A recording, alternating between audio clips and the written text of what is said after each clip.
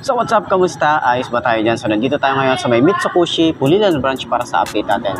At ngayong 2025, meron tayo rito update para sa Euromotor Rapido 110. So tingnan natin kung sulit nga ba yung presyo niya at yung specification nito ngayong 2025. Samahan niyo ako, buwang karoon na natin. Ayos na ayos siya. Don't wait up, I've been working hard every day, living dreams for a pay stub. Yeah, straight up. 5 years later, like I said, I would make it on my way up. It's all up, coming from the nation, made a foundation, true stuff. Yeah, too tough. We ain't giving up on our dreams, everything is ahead of us. Set pa rin natin, tingnan natin kung abot pa lang or kung magkaan siya sa test natin. Maganda. Get up off your back, deliver these facts to see them react. The stadium's packed, they all gonna snap. The motivated attract, the escalated attack.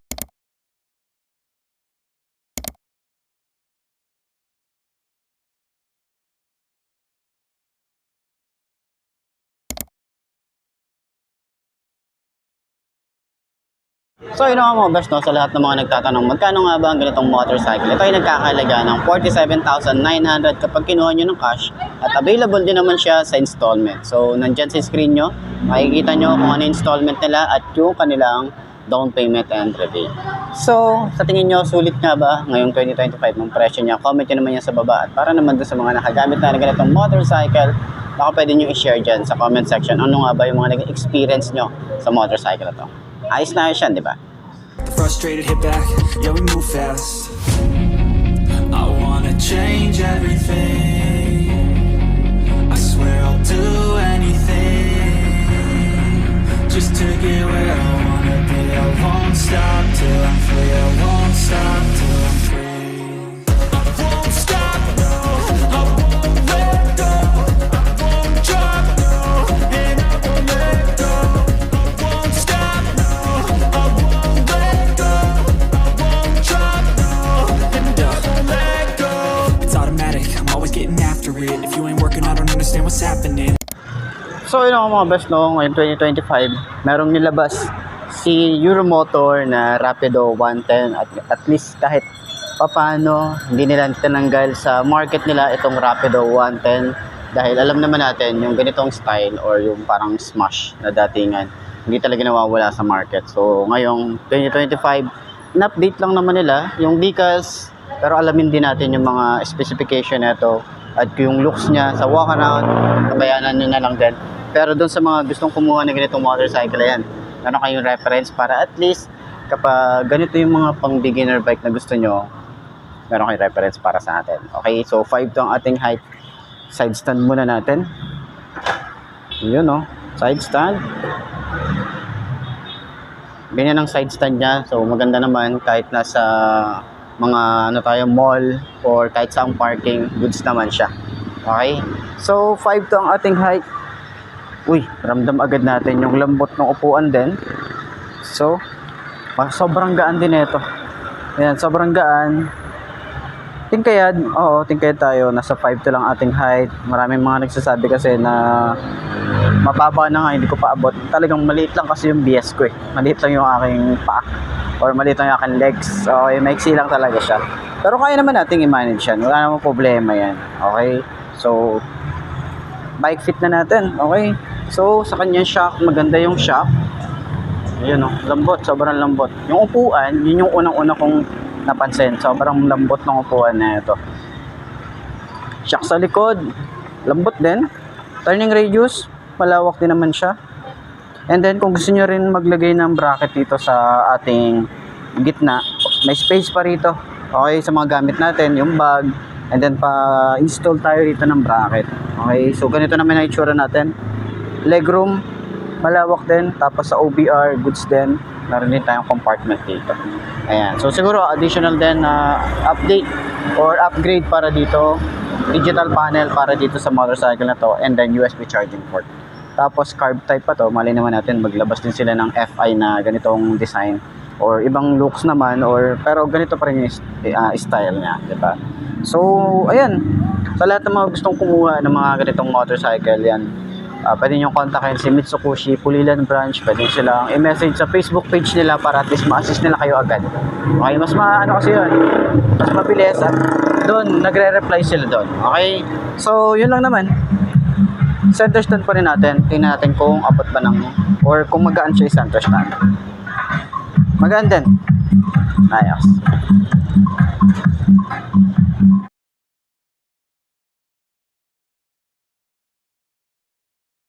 So, yun yung mga best no sa lahat ng mga nagtatanong, 'di ba, ng ganitong motorcycle. And may update na po tayo para sa Euromotor Rapido 110.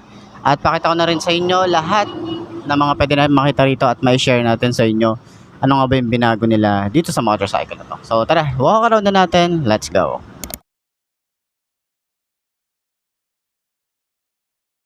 So, ayun na nga. Sa headlight, yung pa din, no? So, gaya ng mga sinasabi ko sa mga ibang branch or ibang brand na motorcycle na ganito, itsura, sana mag-upgrade sila rito ng LED. Pero may mga chrome style pa rin dito. Ayan. Maangas pa din yung design niya rito. And then may Euromotor tayo rito sa taas na sticker. And glossy black yung nakita natin na bago. Hindi ko pa sure kung ano pa yung mga iba pang mga color variant na ito. Itong Euromotor Rapido. Okay. Pagbaba natin, may emblem tayo ng Euromotor. Then may 3 bolts pa rin tayo rito. Yung decals niya kasi talaga, yun yung update dito. Meron tayong kulay gray, kulay white. Okay, hanggang doon naman. Sa side, may white din tayo, Rapido, Euromotor. May 110 naman dito sa side. May decals ulit dito na kulay white. Dito sa side, meron tayong Euromotor, Rapido, 4-stroke Supermoto nakalagay rito. And then may 110cc doon. And decals. And kulay gray. Okay? So, yun yung mga update para sa kanyang decals. Okay, mas maangas siyang tingnan. Ayan, mas sporty yung kanyang looks. Ayan. So, signal light niya, bulb type pa rin naman 'yan. Sa looks niya rito, may mga pa-sharp na design. Ayan.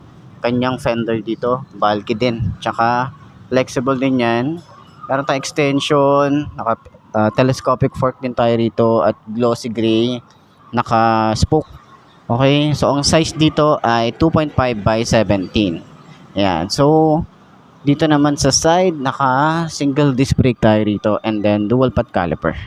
Yun yung itsura o yung design dito sa side.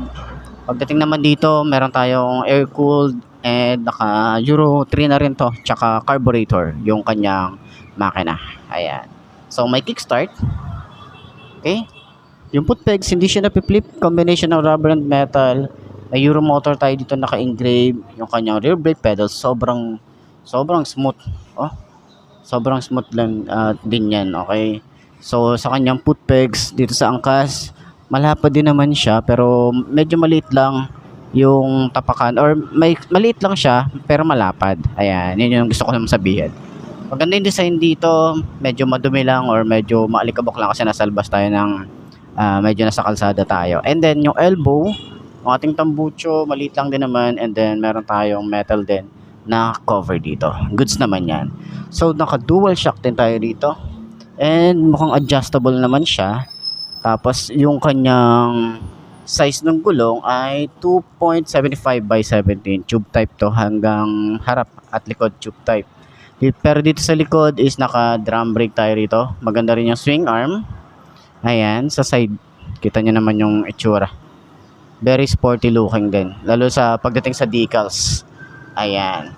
So, yung kanyang grab bar. So ito, wag nyo itong pansinin. Ano lang yan, dikit lang yan. So natatanggal pa rin naman yan. Maganda yung design niya rito. Yung kanyang paint. May mga glitter effect na itsura. Yan. Sa taillight, meron tayong bulb type and then signal light. May chrome style din tayo rito. May reflector. Malapad yung ating fender and yung ating lagay ng plate. Ayan. So, upuan, sobrang kapal. Lalo dito sa OBR, hanggang dito sa ating rider. Sobrang kapal din yan. Pag inopen natin, maganda rin yung upuan. Ayan, may takip din tayo rito. May helmet hook na metal. And compartment. Dito rin yung ating battery. So, mga papers or basic tools, pwede tayo maglagay dyan. Yung ating capacity ng ating fuel, nasa 4 liters. Yan. So, dito naman, comment ko dito, sana dito may goma man lang para at least hindi siya magagasgas yung ating gas tank. Ayan, yung paint dito. So, sa kanyang panel gauge, naka-analog type pa rin naman tayo rito. Ayan, sporty looking din naman. Pero gaya nga ng sabi ko kanina, isa na dito, maglabas sila ng panel gauge na fully digital. Ayan. So dito naman, speedometer, odometer, fuel gauge, neutral, gear 1 to 4, signal light, and then pag naka-high beam, sa mga switches niya, ordinary plastic pa rin naman na ginagamit ni Euromotor. Pero medyo kakaiba din yung style niya rito. Ayan. Dito naman, on and off ng kanyang park light, headlight, electric starter. Yung lever niya, medyo hindi siya ganun kalapad. Pero smooth lang din. Yung grip natin dito makapit. And then yung throttle, sobrang babaw din. Yung bar end natin dito, wala. May takip siya. So, dito naman sa side, naka-semi-automatic din tayo rito. High and low, signal light, busina, and then choke. Ayan. So, dahil carburetor pa rin ang isang to. Tsaka naka-semi-automatic tayo rito. Ayan. Ignition, simpleng-simple lang pero may shutter lock. Ito rin yung ating susi. Ayan. So, gaya ng comment ko dun sa mga ibang brand, sana dito magkaroon din sila ng USB charging port. And, sana mayroon siyang side pocket. Yan lang naman. Okay, doon sa side, tingnan natin dito sa bandang ilalim. Meron tayong chain cover 36 ba? 38T yung kanyang sprocket size. Dito naman is naka dual head shifter din tayo rito. Okay, so yan yung itsura ng ating bagong Euromotor Rapido 110. Ayan. So sa tingin nyo, sulit ba ang presyo at yung looks ngayon 2025? So sana talaga dito maglabas din sila ng FI. So yun lang naman. Okay? So sana nakatulong tong video na to. Subscribe na. Ayos. So yun na nga mga best, no? Ito na ba ang motor na babagi sa'yo? Kung ito na nga ay markahan mo na at mag-subscribe ka na sa aking YouTube channel. I-click mo na rin yung notification bell para updated ka sa lahat ng videos na upload natin. Dito araw-araw, so laging tatandaan, wala sa brand ng motor ang itatagal yan. Kundi na sa pag-aalaga mo yan, tatagal yan, ayos na ayos yan. So kita ka na lang ulit tayo bukas. I'm Mark D. Ciao. Maraming salamat sa inyo. Babush. Aha.